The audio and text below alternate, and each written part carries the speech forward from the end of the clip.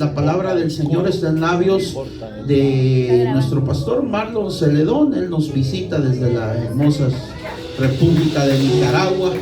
Así es que le damos la bienvenida. Pastor, bendiciones, iglesia. Amén. ¿Cuántos se han gozado con las alabanzas? Amén. Tremendo tiempo de adoración que nos han ministrado el Ministerio de Alabanza, la pastora con su equipo. Les decimos que Dios los bendiga. Amén. Amén. ¿Cuántos están contentos en esta mañana? Amén. Ese amén no revela la alegría. ¿Cuántos están contentos en esta mañana? ¿Cuántos están agradecidos en esta mañana por todas las bendiciones que hemos recibido de parte del Señor? Creo que hemos sido grandemente bendecidos por Dios. Yo le voy a decir las razones. Usted hoy pudo abrir sus ojos. Usted pudo hoy bajarse de su cama con sus propios, gracias hermana, con sus propios pies. Y pudo levantarse e ir a la cocina, tomarse un café, prepararse una pupusa, prepararse un gallo pinto, preparar una baleada,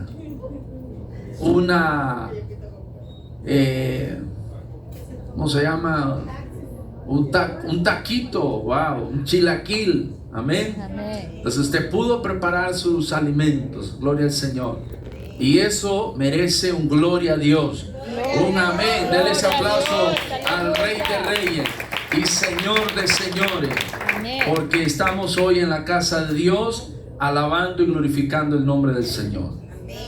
Bueno, me encuentro muy contento, pero también me encuentro agradecido con Dios por darme la oportunidad de compartir nuevamente con la iglesia llamada Final, a quien aprecio mucho, a quien le tengo un cariño muy especial y por quien siempre estamos orando desde Nicaragua. Me acompaña mi esposa, ya la conocen. Para los que no la conocen, le voy a pedir que se ponga de pie. Esta mujer valiente, forzada, que siempre me acompaña. Y bueno, a donde el Señor nos manda, ahí vamos, ahí llevamos el mensaje de la palabra del Señor. Amén. Yo agradezco al pastor Joaquín por la confianza que me da de estar en su casa y de poder ministrar la palabra del Señor. Hemos sido ministrados a través de la alabanza, pero ahora vamos a ser ministrados a través de la palabra.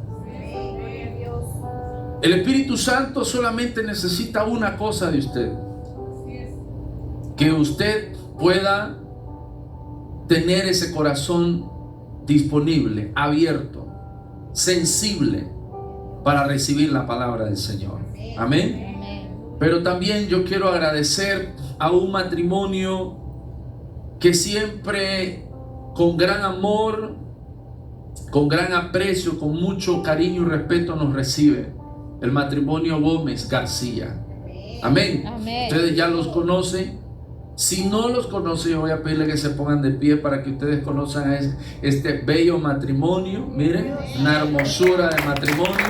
Démosle un aplauso, amén. Pero hoy ellos no andan solos, hoy andan con su hija Monse, andan con su nietecito tierno y su esposo Brian y su nieto de hermana Lupita, y eso me da mucho gozo que ellos hayan venido a la iglesia, amén, esta mañana.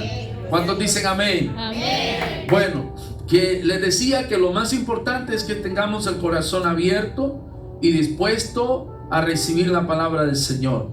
Busquen su Biblia en Mateo capítulo 16, versículo 18. Cuando usted lo tenga, me dice un amén fuerte. Mateo capítulo 16, versículo 18. Y leemos esta hermosa palabra en el nombre del Padre, del Hijo y del Espíritu Santo. Amén. Yo también te digo que tú eres Pedro, y sobre esta roca edificaré mi iglesia. Yo creo que usted repita conmigo: mi iglesia. Mi iglesia. Estas son palabras textuales de Jesús. Y las puertas del Hades. Hay otra versión que dice: las puertas del infierno no prevalecerán contra ella. Yo te daré las llaves del reino. de los cielos. Y lo que ates en la tierra será atado en los cielos. Y lo que desates en la tierra, digan todos conmigo fuerte, será desatado en los cielos. Dicen amén a esa palabra. Padre, gracias por esta palabra. Te pedimos que sea tu Espíritu Santo trayendo una palabra de revelación, y que tu Espíritu Santo, Señor, pueda traer esa palabra necesaria, exacta, correcta, que tus hijos necesitan en esta mañana para fortalecer su vida y para el crecimiento de su vida, en el nombre de Jesús. Amén. Amén. Pueden tomar su lugar. Le he titulado a este tiempo, a esta prédica, una iglesia con autoridad. Digan conmigo, con autoridad. Con autoridad. Una iglesia con autoridad. Pero necesitamos revisar la definición de iglesia, porque esto nos va a ayudar a tener un mayor entendimiento de lo que significa la iglesia. Entonces, etimológicamente, iglesia, el significado de iglesia viene de la palabra griega eclesia.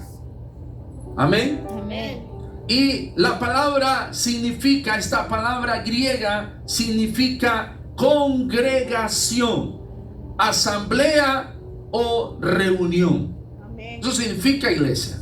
O sea, el término griego se le designa a la congregación, a la asamblea o a la reunión. Sí, amén. Hoy nosotros hemos utilizado la palabra iglesia para denominar el lugar donde nos reunimos de manera popular, y decimos vamos para la iglesia, y en realidad nos estamos refiriendo que vamos para el templo. Amén. Amén. Entonces, no confundamos templo con iglesia. Templo es el edificio. Tabernáculo es el edificio. La capilla es el edificio, como le llaman algunos. ¿Ya? Entonces, no confundamos templo con iglesia. Iglesia es el grupo de personas. Iglesia es la reunión. La iglesia son los lavados con la sangre del Cordero. Amén. Gloria a Dios. Aleluya. La iglesia no son las paredes. La iglesia no es el piso, ni tampoco la alfombra. La iglesia somos nosotros. Digan conmigo en voz alta, somos nosotros. La iglesia somos nosotros. Aleluya. Entonces, miren qué importante. La iglesia no es una organización religiosa. Tampoco es una institución humana. La iglesia, escuche esto, no es una religión tampoco. Ella es un organismo vivo. La iglesia es un organismo vivo. Escuche esto. Es decir, todos los lavados con la sangre del Cordero somos parte de ella. Diga un amén a eso. Amén. La iglesia, Pablo le llama a la iglesia el cuerpo.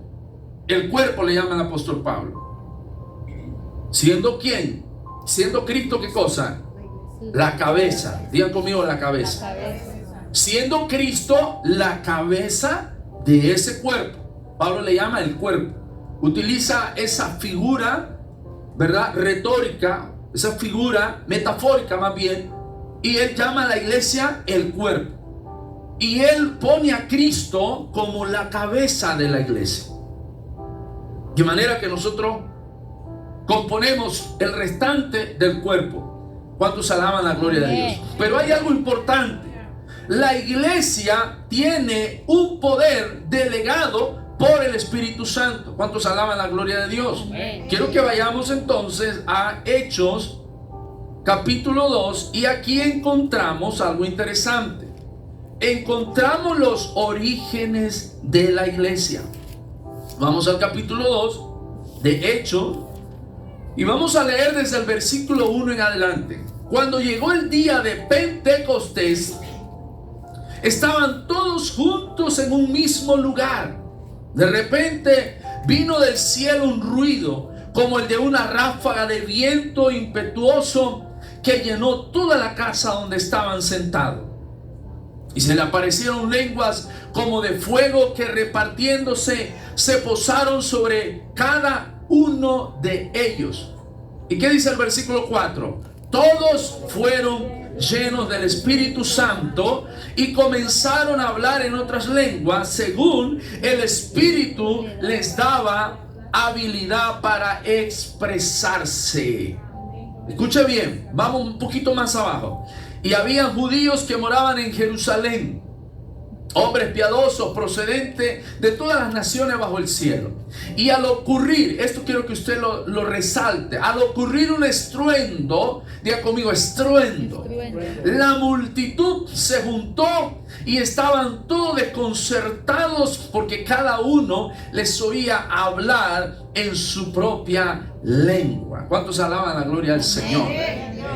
Entonces, vamos a retroceder un poquito al versículo de Mateo 16. Jesús le dice a Pedro, Jesús le da una declaración a Pedro. Le dice, Pedro, tú eres Pedro, y sobre esta roca edificaré mi iglesia. Recordemos que la palabra Pedro viene del griego Peter, que de ahí viene del inglés Peter, pero realmente significa roca, piedra.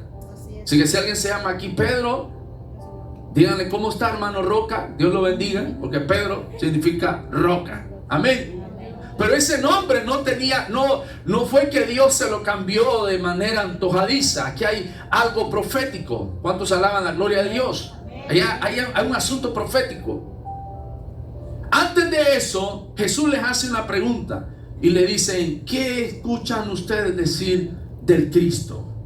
Para ustedes, ¿quién es el Cristo? Y vienen los apóstoles y le dicen, bueno, uno dicen que es Juan. ¿Qué dicen de mí? La gente, ¿qué dice de mí? Y vienen ellos y le dicen, bueno, Señor, uno dice que eres Juan, que Juan había resucitado. Le dicen, no, pues tú eres Juan el Bautista que resucitó. Ya Juan el Bautista le habían cortado la cabeza. Otros le dicen, no, pues dicen que tú eres Elías. Otros dicen que tú eres Moisés. Los discípulos estaban respondiendo, era como una clase que el Señor tenía, y les estaba preguntando qué opinaban ellos, qué pensaban ellos o qué escuchaban ellos de las personas. Pero Pedro se levanta y le dice, Señor, bueno, eso es lo que dice la gente, pero yo creo que tú eres el Cristo. Dicen amén en esta mañana. Que tú eres el Cristo, el Mesías.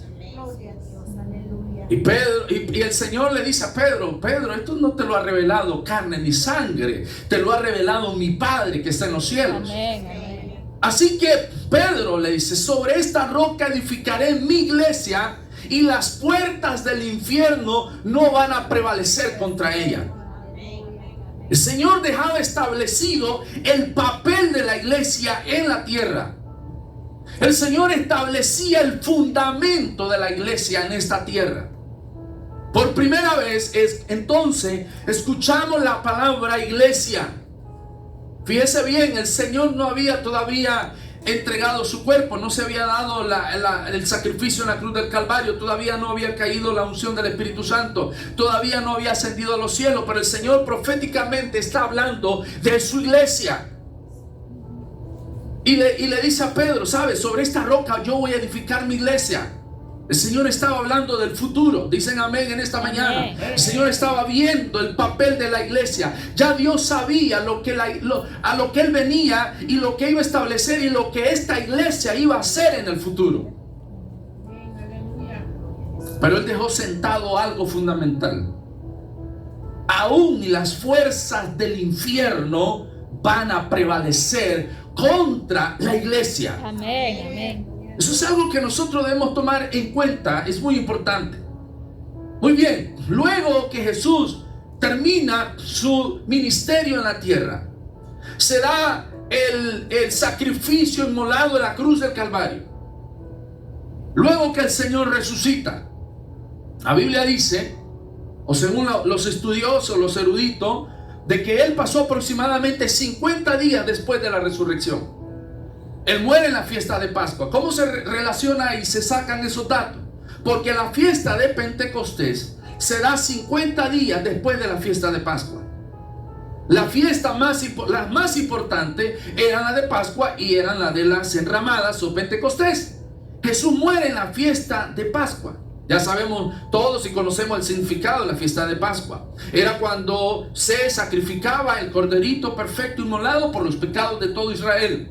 Entonces Jesús elige morir en la fiesta de Pascua porque al final Él era la representación de ese corderito inmolado. Los sacerdotes sacrificaban a un corderito perfecto, pero esa era la figura del verdadero sacrificio, que sería el de Cristo, que es el cordero perfecto inmolado que murió por los pecados de la humanidad. ¿Cuántos dicen amén? Amén.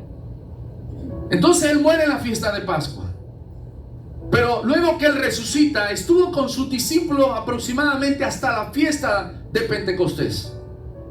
En el libro de Corintios, no tengo la cita exactamente, pero dice la Biblia que el Señor asciende a los cielos y habían como unas 500 personas viendo la ascensión de Él a los cielos. Y Él les dice: ok, así me ven a ascender a mí, pero así como voy al cielo, así mismo voy a regresar. ¿Cuántos alaban la gloria del Señor? Amén. ¿Y cuántos estamos esperando la venida de Cristo?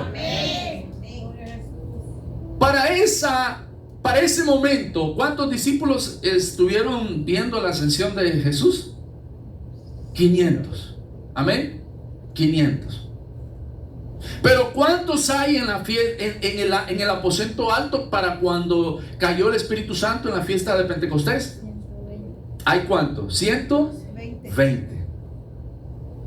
De 500 se redujo a 120. Esa era la congregación. Ese era el grupo. Ese era, oiga, escucha esto, ese era el número que estaban ahí y que obedecieron y esperaron hasta la venida del Espíritu Santo. El Señor les dijo: reúnanse ahí, no se muevan, quédense quietos. Seguramente algunos hermanos dijeron: bueno, ya llevamos 3 días aquí esperando, estamos ayunando, estamos orando. El Señor nos dijo que nos esperáramos aquí, pero algunos empezaron a decir: pero bueno, hoy es el día del Padre, podemos ir a la casa y celebramos y venimos el próximo domingo. Otros dijeron: bueno, pero estamos en las fechas del mundial, ¿no? Hoy juega España y yo no me voy a perder el partido de España, así que me quedo en la casa y este domingo no voy a ir el próximo. Dicen amén. Amén. Solo los muertos no alaban al Señor. Aleluya. Así que usted alabe a Cristo en esta mañana. Denle un aplauso al Rey de Reyes. Aleluya. Otros dijeron: no, pues hoy estamos en víspera de la celebración del Día del Padre y hay que ir a celebrar. Hoy no hay iglesia, hoy vamos para el paseo familiar que hemos programado. Probablemente muchos hermanos hicieron eso. Así que cuando llega este acontecimiento extraordinario, solo habían 120. Como hoy, aquí estamos los 120. Dicen amén. Amén. Aquí estamos los 120. Aleluya. Esperando la llenura y la llegada del Espíritu Santo. Así que tu bendición la vas a recibir hoy en el nombre del Señor. Llega ese día especial y dice la Biblia que un estruendo, esto a mí me llama la atención, un estruendo. El escritor lo describe de esa manera, como un estruendo, un ruido impetuoso, como que cayó una bomba, como una bomba que estalló. Yo imagino que toda la ciudad escuchó ese estruendo y todo el mundo desde su lugar dijeron: ¿qué habrá pasado? Un ruido, un estruendo, una bomba que habrá caído. Bueno, en ese tiempo no habían bombas, ¿verdad? La gente habrá pensado: ¿qué explotó? Pero no era una explosión común y corriente. Era el Espíritu Santo que estaba llegando, cayendo, introduciéndose en ese lugar.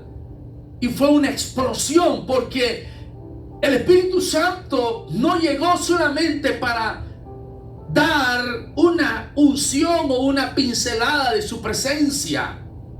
El Espíritu Santo llegó, y cuando Él llegó, lo que pasó ahí fue una gloria poderosa que se asentó sobre ese lugar y se llenó ese lugar de la presencia de Dios. Así que lo que la gente escuchó fue como un estruendo, como una explosión. Porque quien estaba llegando a ese lugar y estaba bautizando a esos 120 era el Espíritu Santo. Tus alaban la gloria de Dios. Gloria a Dios. Así que la iglesia tiene el poder que le ha conferido el Padre a través del Espíritu Santo. De manera que usted y yo que formamos la iglesia tenemos esa delegación, tenemos ese respaldo, tenemos ese sello de parte de Dios. De manera que todos nosotros, iglesia, estamos en ese mover espiritual. Amén, amén. Ahora bien, la iglesia no tiene un poder político.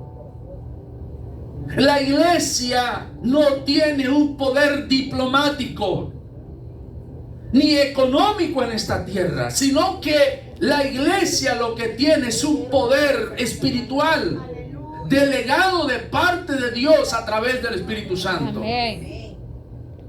Ustedes saben que hay una iglesia oficial, hay una religión, no voy a mencionar el nombre, va y nos censuran en las redes sociales, que tiene poder político. ¿Sí? Tiene poder político. Porque su líder es considerado un líder, un presidente. Tiene el rango de un presidente. Tiene el rango de un rey, de un primer ministro. Y cuando va de visita a las naciones, allá lo reciben los reyes, lo reciben los presidentes y le ponen alfombra y le hacen una bienvenida de un político, de un diplomático. Tiene embajadas en todos los países del mundo. Tiene embajadores en todos los países del mundo. Pero la iglesia, esa es la iglesia terrenal, la iglesia humana, la iglesia que se ha atribuido poder político, diplomático y económico. Pero esa es la iglesia humana, la iglesia que el hombre ha organizado y le ha conferido ese poder. Pero la iglesia del Señor, levanten su mano en esta mañana, usted, la iglesia del Señor, la iglesia del Señor, no tenemos ese poder, ni lo necesitamos tampoco. Dicen amén. Amén. No lo necesitamos. Porque el poder que nosotros tenemos, el poder de los hijos de Dios, con la llegada del Espíritu Santo, es el poder espiritual que Dios nos ha dado a través de la investidura del Espíritu Santo. Amén. El poder político, diplomático y económico no expulsa demonios. Ese poder no salva ni transforma vidas. Ese poder no levanta enfermos. Pero el poder que tiene la iglesia, el poder espiritual conferido por el Espíritu Santo, sí cambia vidas. Amén. Sí transforma vidas. Amén. Gloria a Dios. Levanta a los paralíticos. Amén. Ese poder, aleluya, trae libertad al cautivo. ¿Cuántos alaban la gloria de Dios? Ese poder rompe cadenas de ataduras, de maldiciones. Da vista al ciego. Levanta a los paralíticos. Ese poder levanta al que está enfermo de cáncer. Levanta al que está enfermo y postrado en una cama, inducido en coma. Ese poder, aleluya, que lo tiene la iglesia del Señor, es el poder que levanta a un enfermo que está en una cama, que el médico le ha dicho que no tiene sanidad, que no tiene opciones de vida, que tiene unas horas de vida. Pero ese poder que tiene la iglesia es el poder que levanta a los enfermos. Dicen un amén. Dicen un amén en esta mañana. Es el poder que levanta a los enfermos. Amén. Aleluya. Ayer estuvimos, el pastor me enseñó un bebé. Él tenía, una hermana tenía un bebé.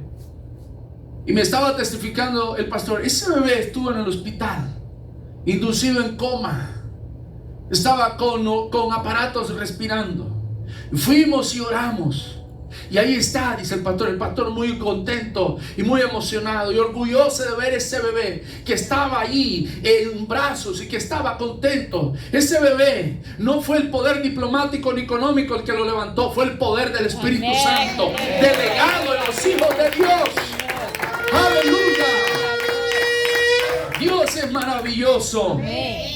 En el aposento alto, esos 120 recibieron la investidura, la llenura, el bautismo del Espíritu Santo.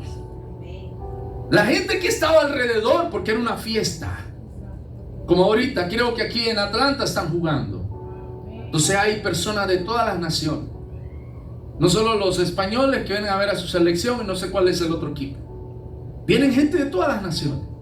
Y dicen, va a jugar España. Y si son seguidores de algunos jugadores de esa selección, entonces dicen, es nuestra oportunidad de ir a ver a jugar a esos jugadores. Entonces se reúne gente de todas las naciones. Algo parecido. Era la fiesta de Pentecostés. Habían judíos de todas las naciones que estaban ahí.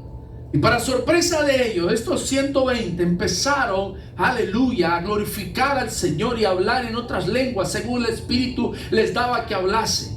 Y empezaron a hablar en medos, en persa, en árabe y en todos los idiomas de ese tiempo. Y los que habían aprendido esos idiomas en los países extranjeros y que estaban peregrinando en Jerusalén, escuchaban a estos hombres llenos del Espíritu Santo, porque ellos no entendían, hablando en sus propios idiomas. Y ellos les comprendían. Pero era el Espíritu Santo que les estaba dando a ellos, aleluya, esa oportunidad de poder de testificar del amor de Cristo, del poder de Cristo. Y todas las personas que pudieron entender según el idioma que ellos hablaban, se llevaron de inmediato el mensaje de Cristo para sus naciones, para sus lugares. ¿Cuántos alaban la gloria del Señor? Ahora quiero hacer un paréntesis. Aquí no estamos hablando de don de lengua. Esto es importante. No estamos hablando de los dones de lengua que habla Corintio. Dones del Espíritu Santo en lenguas angelicales o lenguas celestiales. Aquí está hablando de lenguas, de idiomas. Amén, de idiomas. Que eso fue un milagro que el Espíritu Santo hizo de manera única en ese momento.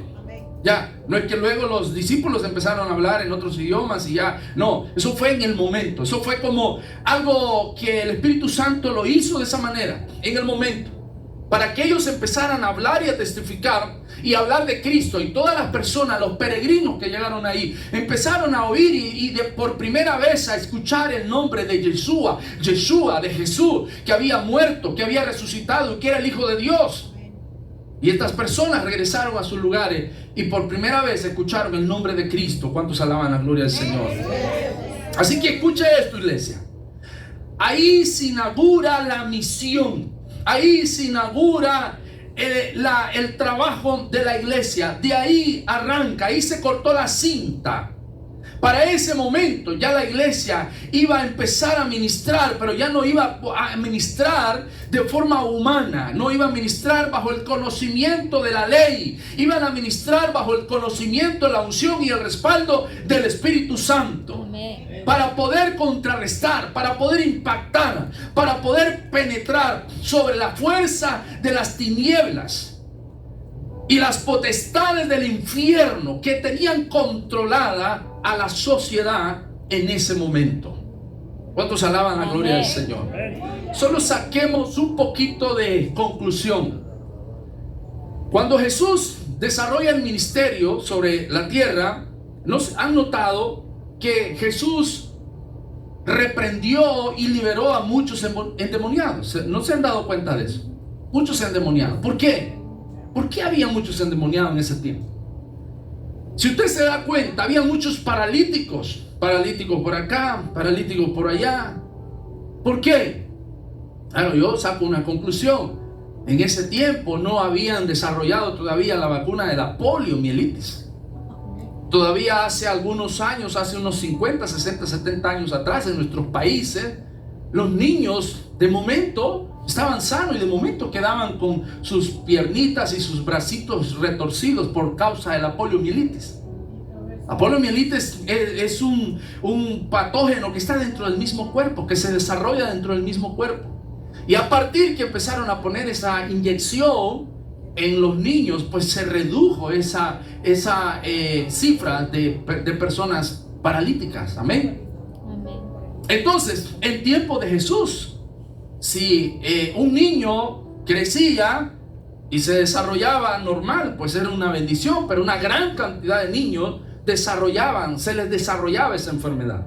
De manera que cuando Cristo viene, en el pueblo judío había muchos paralíticos. Por eso es que la Biblia menciona que Jesús sanaba paralíticos y sanaba a enfermos, a ciegos. Había muchos ciegos. Habían muchas personas mudas. Pero ese era resultado de las múltiples enfermedades que controlaban en ese momento a la humanidad. Y no solo en Israel, en toda la humanidad. Así que las enfermedades era un mal social que estaba enraizado no solamente en Jerusalén, en Israel, sino en todas las naciones. Pero el poder del Espíritu Santo, el poder de Jesús más bien, viene a liberar, como dice la palabra, a los cautivos. Aleluya. Amén. Viene a sanar a los enfermos. Amén. Muy bien, el Señor ascendió a los cielos. Y ahora, ¿a quién le tocaba esa misión? ¿A quién le tocaba ese trabajo? Diga conmigo, a la iglesia. A la iglesia. Y la iglesia, diga conmigo, somos nosotros. La iglesia somos nosotros. Así que ahora el Señor no nos va a mandar al mundo controlado por las tinieblas. Controlado y quien tiene el control del mundo, de la sociedad y de las personas son las tinieblas, son los poderes de las tinieblas.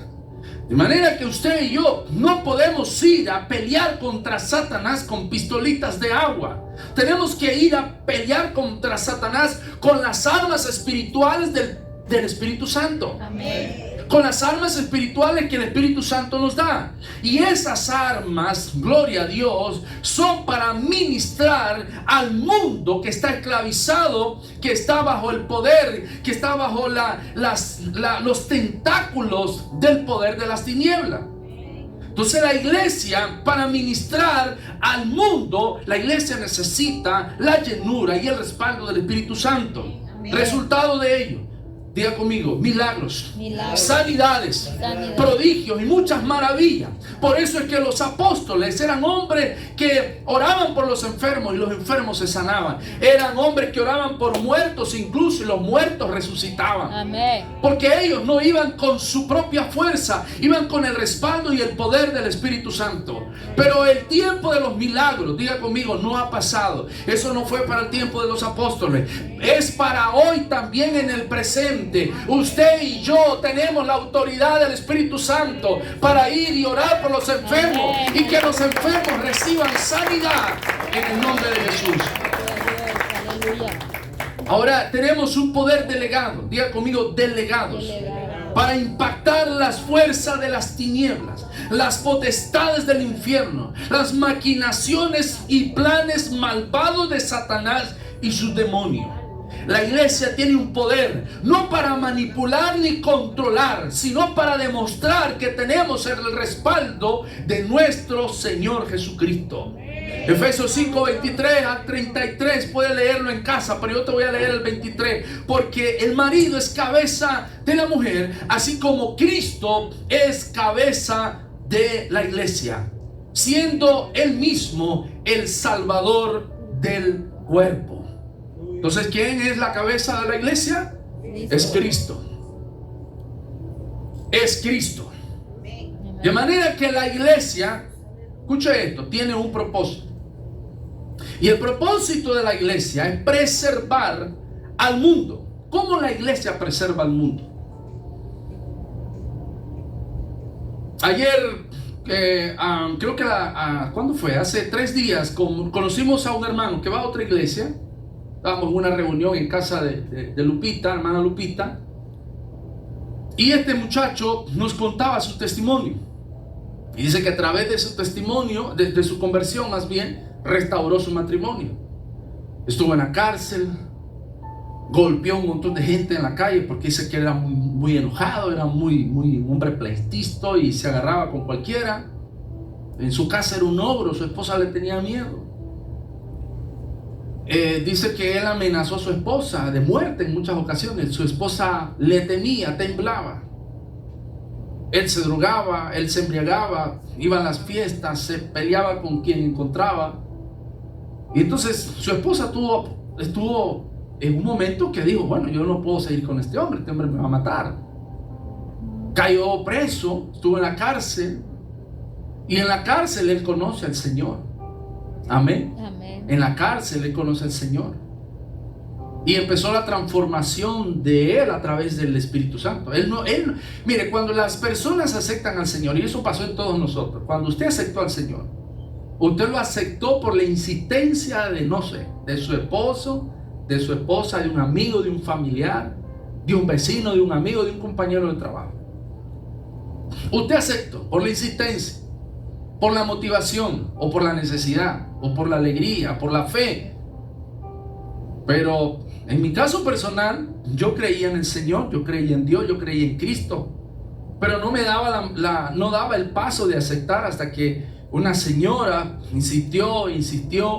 Tenía 13 años, era un adolescente, y me animé a aceptar al Señor. Yo lo hice porque me insistieron, yo lo hice por inercia, lo hice por intuición, lo hice por necesidad. No sé por qué usted lo haya hecho.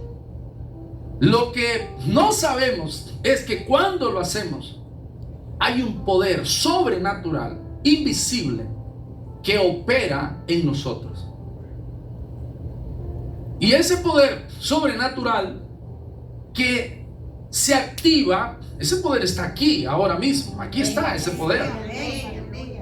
Pero ese poder se activa cuando se enciende o se toca un botón. Voy a usar esta figura. Cuando se toca un switch. Ustedes saben que hay un switch que es on y un switch que es off. Off se apaga, on enciende.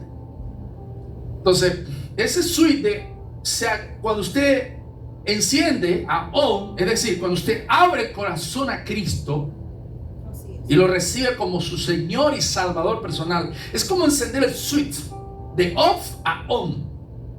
Amén. Entonces te abre hacia el corazón de mala gana, de buena gana, cansado, ebrio, bueno, consciente, inconsciente. Usted abre el corazón a Cristo.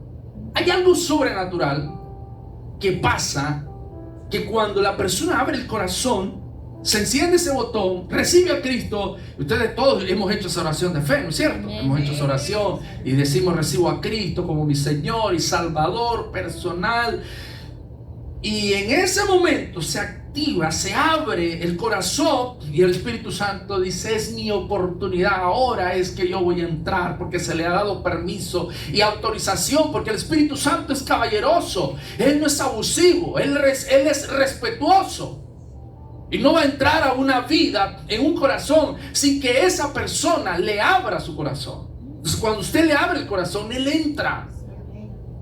Y ahí empieza a operar el Espíritu Santo. Amén, amén. Y empieza a darse una transformación.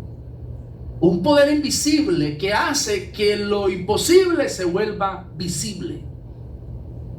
Aquel hombre que era ogro, aquel hombre que era grosero, aquel hombre que era violento, empieza a dar cambios.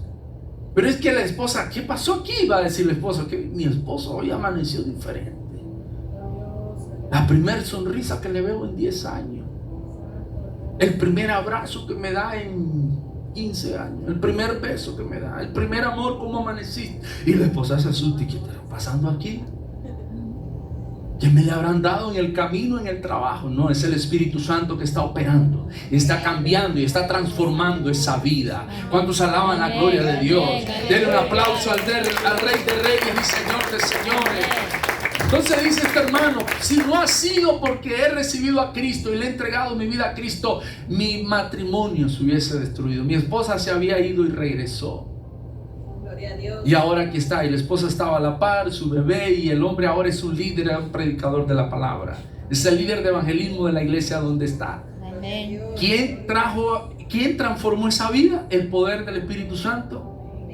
Es el poder que opera en el hombre, que es invisible, pero que se hace visible a través del poder sobrenatural. Amén. Gloria a Y Dios. muchos de ustedes han sido transformados a través de ese poder espiritual. Ese poder no lo tiene la iglesia oficial. Ese poder no lo tiene la iglesia, que tiene el poder político y diplomático, pero que lo tenemos nosotros de parte de Dios. Ese poder que cambia, ese poder que transforma. Conversábamos con hermano Harold, y nos decía: a esta mujer yo le debo mi vida, gracias a esta mujer, porque yo andaba perdido en el mundo, aquí y allá. Y él relata su historia, su testimonio, y ahora él tiene un hogar transformado, un hogar que alaba, un hogar que glorifica al Señor, un matrimonio que le sirve al Señor. ¿Dónde estuviera él? ¿Dónde estuviera usted? ¿Dónde estuviera yo sin Cristo?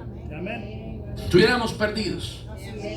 Nuestros hogares destruidos, nuestros matrimonios destruidos. ¿Quién sabe cuántos divorcios tuviera usted en la corte? ¿Quién sabe cuántos matrimonios hubiese firmado? ¿Quién sabe cuántos hijos tuviera regado allá en el mundo? ¿Quién sabe cuántas penas usted se evitó? ¿Cuántos años de cárcel nos evitamos? ¿Cuántas enfermedades nos hemos evitado? ¿Cuántos accidentes nos hemos evitado? Gracias a que estamos ahora bajo la cobertura, la gracia, el refugio del Espíritu Santo. Denle ese aplauso al Rey de Reyes y Señor de Señores. Entonces la iglesia tiene el propósito de preservar al mundo. ¿Qué es lo que preserva la carne? ¿Qué preserva la carne? Si usted no tuviera refrigeradora, ¿qué preserva la carne? La sal. ¿Sabía usted que la sal en tiempo de Jesús era tan valiosa como hoy el dólar? Hoy todo el mundo trabaja para ganar dólares y guardarlo y tenerlo en la cuenta, ¿no es cierto? Y con el dólar usted va y compra. Se va a Walmart, se va aquí, se va allá, y usted compra. Pues en aquel tiempo, el dinero, si usted tenía sal, tenía dinero. De ahí viene el término salario, porque viene de la palabra sal. Antes te pagaban con sal. Entonces usted llevaba la sal a su casa y con la sal usted intercambiaba productos. Si usted tenía sal en abundancia, tenía dinero. La sal era un producto que se utilizaba para preservar. Entonces, la iglesia es la sal. Diga conmigo, somos la sal de la tierra. Si no estuviéramos nosotros, todos nosotros, quién sabe dónde estuviéramos ahora. Ni me lo quiero imaginar. Ni quiero mencionar lugares donde estuviéramos ahora si no estuviéramos acá. Entonces, el Señor preserva el mundo. El mundo es bendecido a través de la iglesia. La humanidad es bendecida a través de usted. Diga un amén, por favor. Porque esto es importante. La iglesia el mundo es bendecido a través de usted. Un hombre que ahora se guarda para su esposa, una mujer que se guarda para su esposo, un joven que está en el camino correcto, en el camino recto, que va, estudia, se prepara, viene a la iglesia, viene a servir a la iglesia. Estos jóvenes que están alabando y glorificando al Señor, si no estuvieran aquí estos jóvenes, ¿dónde estuvieran? No me lo quiero imaginar. Si tu esposo no estuviera convertido, ¿dónde estuviera? Ni te lo imagines, hermana. Te estuviera causando llanto, lágrima, dolor, tristeza, angustia, desesperación. Pero ahí lo tienes a la par. Aunque de momento te saque las canas y te haga enojar, pero ese hombre que tienes ahí, te lo ha transformado el Señor. No lo esperes que sea perfecto. Ni tu esposa, no creas que la vas a hallar perfecta. Va a tener algunas cosas que te van a, de momento, Señor, dame paciencia. Pero no le exijas tanto al Señor, hermano. Con que te lo tenga ahí sanito, amén, sanita a tu esposa, a tu hijo que te lo tenga ahí, dale un gloria a Dios en esta mañana, al Rey de Reyes, al Señor de Señores. Aleluya. Así que la sal de la tierra es la iglesia. Nosotros somos lo que le damos el sabor a este mundo. ¿Cómo estuviera este mundo si no estuviéramos nosotros? Si no estuviera la iglesia. Pero no solamente somos la sal de la tierra, somos lumbreras para este mundo. Somos la luz en medio de las tinieblas. A mí me gusta transitar por las calles de acá de Estados Unidos, por donde vamos. En los diferentes estados que vamos, vemos aquellas calles bien iluminadas, bien bonito. Y ves, mire cómo está este templo, bien iluminado. Vemos luces por todos lados. Si no tuviéramos luces, aquí estuviéramos en tinieblas, ¿no es cierto? No pudieran leer la Biblia. Y si el teléfono no funcionara, ¿cómo leo? No podría leer la Biblia. Y si tendría que ponerle hilo a una aguja, ¿cómo? Si estás en la oscuridad. Entonces, la luz es una bendición. La iglesia es lumbrera en medio de las tinieblas. ¿Cuántos alaban la gloria del Señor? El papel de la iglesia es que en medio del caos de este mundo, ella da soluciones. El papel de la iglesia es dar soluciones. La iglesia es poder, es vida, es propósito, es la barca de salvación, es el oasis de Dios en la tierra. Así que la iglesia tiene un papel relevante e importante en este tiempo. Ya sabemos que ese es el papel de la iglesia. Ahora, la pregunta: ¿qué necesitamos hacer nosotros para que eso se cumpla? ¿Qué hay que hacer? ¿Qué necesitamos hacer? ¿Qué es lo más importante que ahora tenemos que hacer? Déjenme decirle esto con mucho respeto. Perdón, esto pasa también en mi país. Esto pasa también en la congregación de nosotros dirigimos. Vemos a la iglesia, vemos al pueblo de Dios. Está muy afanado. ¿Es mentira o es cierto lo que le estoy diciendo? Solo pasará ya en mi ciudad, en mi país. La iglesia está muy afanada. La iglesia está muy ocupada. Y entonces, en tiempos bíblicos, la iglesia era perseguida, la iglesia era encarcelada, la iglesia era estaba en un tiempo de tribulación. La iglesia en tiempos bíblicos era perseguida por los judíos, era perseguida por el imperio romano, era perseguida por reyes que eran malvados y opuestos al evangelio. Y lo curioso de esto es que cuanto más perseguían a la iglesia, más se multiplicaba la iglesia. Cuanto más perseguían, y si se daban cuenta que había un mártir, como el caso de Esteban, más se multiplicaba la iglesia, más gente se convertía, más gente dispuesta a entregar su propia vida por causa del evangelio. Y las personas no temían ser encarcelados, otros eran expropiados. Hubo un tiempo en que los cristianos fueron llevados al Coliseo romano y eran la razón de la alegría de todo un imperio. Llevaban a los cristianos, eso lo dice la historia, y los lanzaban en el Coliseo romano a los alfieras, a los animales salvajes, para que los gladiadores hicieran su espectáculo, su show sangriento, y utilizaban a los cristianos como blancos con sus lanzas y sus espadas. Para el emperador romano eso era diversión. Para el senado romano era diversión. Para esos seres humanos que estaban ahí era sufrimiento, era muerte, era dolor. Amén. Así es. Pero para ellos eso era lo más sublime, morir por causa del evangelio, por causa de Cristo. Ellos estaban claros de que el entregar su vida a Cristo conllevaba incluso la muerte.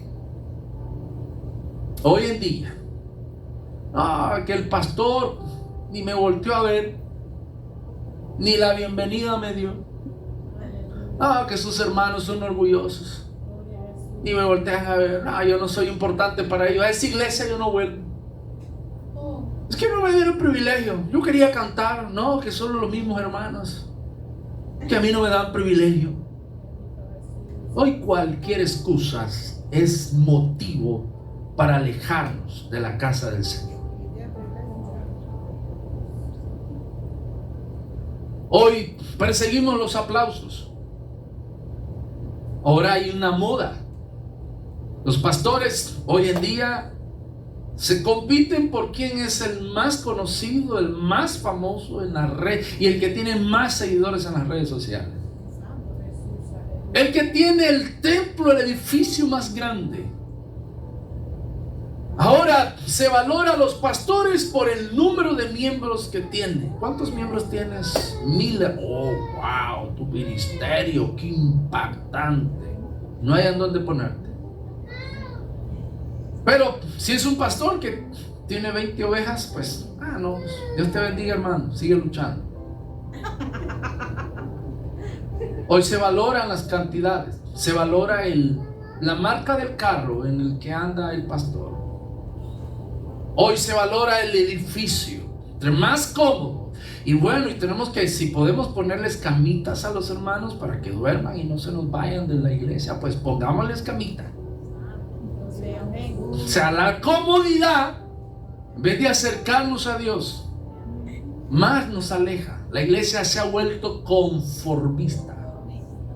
Se ha adaptado y se ha adaptado al mundo, se ha adaptado a este tiempo. La iglesia ha perdido el norte. La iglesia ha perdido el propósito. Yo lo digo por lo que yo veo en la iglesia que yo pastoreo. Y me preocupa ver la gente que ha perdido el primer amor. Me preocupa ver a la iglesia que ha perdido la pasión por el Señor. La pasión por Cristo, la pasión por estar en la casa de Dios. El ser el primero en llegar. El disponerse en trabajar en la obra del Señor. Es preocupante lo que está pasando en el pueblo de Dios a nivel mundial. Necesitamos, hermanos, retomar nuestra posición como pueblo de Dios, como hijos del Señor. Y esto es algo que lo he visto, lo he observado, hermanos que llegan quebrados a la iglesia. Llegan necesitados, llegan en un punto de dolor, de llanto, de enfermedades, y el Señor los levanta y los prospera y los restaura y los pone en una posición de gloria. Y en vez de acercarse más a Dios y en vez de a servir más a Dios, esos son a veces los primeros que se van alejando, los primeros que se ausentan. Y déjenme decirle esto, lo dije al inicio, lo vuelvo a mencionar, con mucho respeto lo voy a decir. Pero hay personas que cuanto más los prospera el Señor y más los levanta, más se alejan del Señor. Y a veces, por eso yo digo, a algunos el Señor los mantiene ahí, un poquito. Ahí dice, no, te voy a dar un poquito, porque si te doy demasiado te me vas a alejar. Como que el Señor ya nos conoce, ¿verdad? Entonces alaban la gloria de Dios. Entonces yo he visto, dale ese aplauso al Señor. Si se lo va a dar, déselo fuerte. Amén. Entonces a veces Dios nos conoce el corazón, y Dios nos tiene mejor ahí con poco, porque dice, si te doy mucho te me vas a ir. Y Dios nos ama tanto porque Él quiere que nos salvemos. Entonces Dios nos va dando, y a veces oramos y clamamos y decimos, ¿por qué el Señor no me responde? Si yo le sirvo, soy fiel. Espérate, Dios conoce el corazón. Amén. Y Dios sabe por qué no te da lo que le estás pidiendo. Porque si te puede dar mucho, te puedes alejar de Él. Entonces el Señor dice, no, te tengo ahí mejor de cheque en cheque, mejor te tengo al suave, despacio, porque así me buscas, ya bendecido, ya prosperado, con abundancia, te me podés alejar. No es que esto sea una regla, obviamente que no. Porque a veces Dios te manda la bendición y la suelta. Y eso es para probar nuestros corazones, para ver qué hacemos y hasta dónde llegamos. ¿Pueden decir amén? Amén. Pero voy a decirles algo. De la manera que Dios te vaya bendiciendo, de la forma que Dios te vaya bendiciendo, sea con mucho, sea con poco, con abundancia o con poco, usted nunca se aleje del camino del Señor. Nunca. Pase la prueba que pase, viva la experiencia que viva, manténgase firme. Recuerde de dónde lo levantó el Señor. Recuerde que usted no es cualquier cosa ni cualquier persona. Usted es un hijo de Dios. Usted es una hija de Dios. Usted ha sido lavado con la sangre del Cordero. Usted es alguien importante. Usted es parte del cuerpo de Cristo.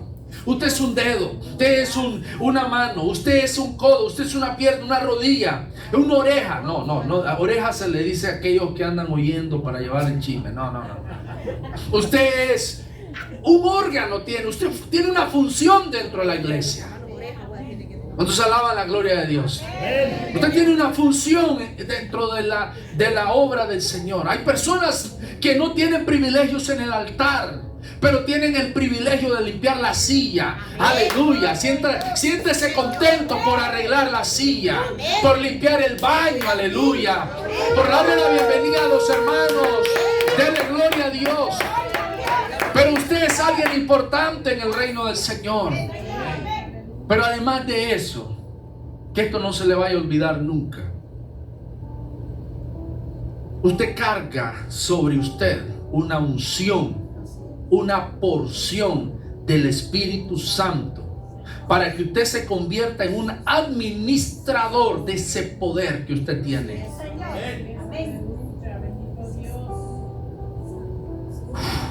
Wow, esto es glorioso. Sí, Señor. No crean, a mí me habló el Señor antes de pasar a la prédica. Me dijo el Señor ahí sentado: tienes que decirle esto a la iglesia. A partir de hoy, si no lo había valorado, empiece a valorar que lo que usted carga es la gloria de Dios, es la presencia de Dios. Donde usted va, usted es el representante de Dios. Usted es el embajador de Cristo en esta tierra. En el trabajo, la gente no ve a María, a Pedro, a Juan, a Arturo. La gente ve a Cristo en usted. Usted es el representante de Cristo en la tierra. Las personas por eso dicen: para ser como Juan, mejor no soy nada. Porque están viendo, quieren ver en ti ese cambio, esa transformación. Quieren ver en ti ese cambio, ese nuevo hombre, esa nueva mujer. Así que usted es embajador de Cristo a donde va, donde está. Las personas van a ver a Cristo en usted. Usted tiene que representar al Señor como buen diplomático, como buen embajador de Cristo en esta tierra. Háblanos. Amén. Así que de hoy en adelante, donde usted vaya, recuerde que es un embajador del Señor. Es un representante de Dios en esta tierra. ¿Cuántos alaban la gloria de Dios? Denle ese aplauso al Rey de Reyes, Señor del Señor. Él vive para siempre. Usted es como esa luz, como esa lámpara que ilumina en medio de su casa, de su familia, en medio de esa empresa donde usted está. La gente dice: no, llámeme a Denny. Llámeme a Denny. Denny es una persona confiable. Yo veo que Denny ha cambiado. Denny llegaba tarde.